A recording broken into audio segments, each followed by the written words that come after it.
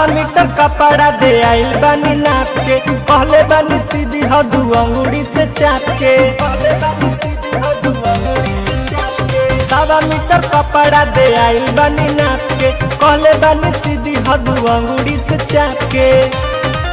ढेर कहले बात पैसा हम करवा दी, ये सोनिया दर्जी सियर जी लगा के चोली के रेट कम करवा दी, ये सोनिया दर्जी सियर जी लगा के चोली के रेट कम करवा दी।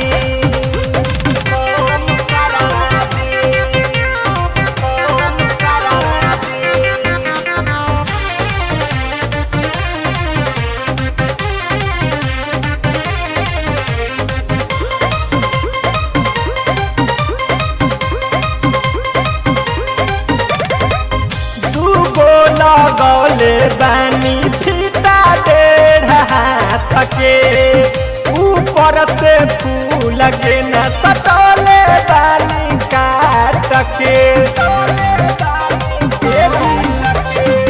दूगो लगौले बानी फीता 1.5 हाथ के, ऊपर से फूल लगे न सटोले बानी काट के।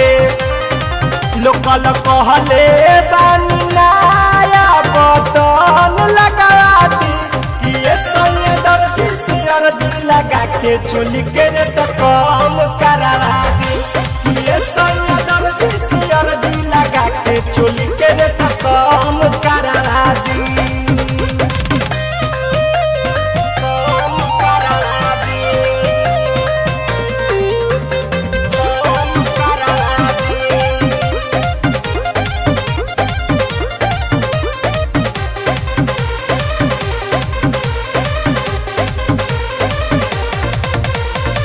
रहुए डिजाइन भी हम गोल गाला करइनी, सय सतरु धन तहरा कतना समझइनी।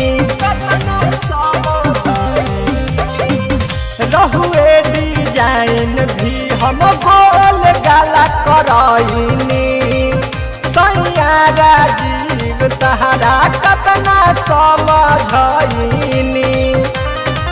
बात रमन बिहारी से बलम करा दी, ये सोनिया दर्जी सियर जी लगा के चोली के रेट कम करवा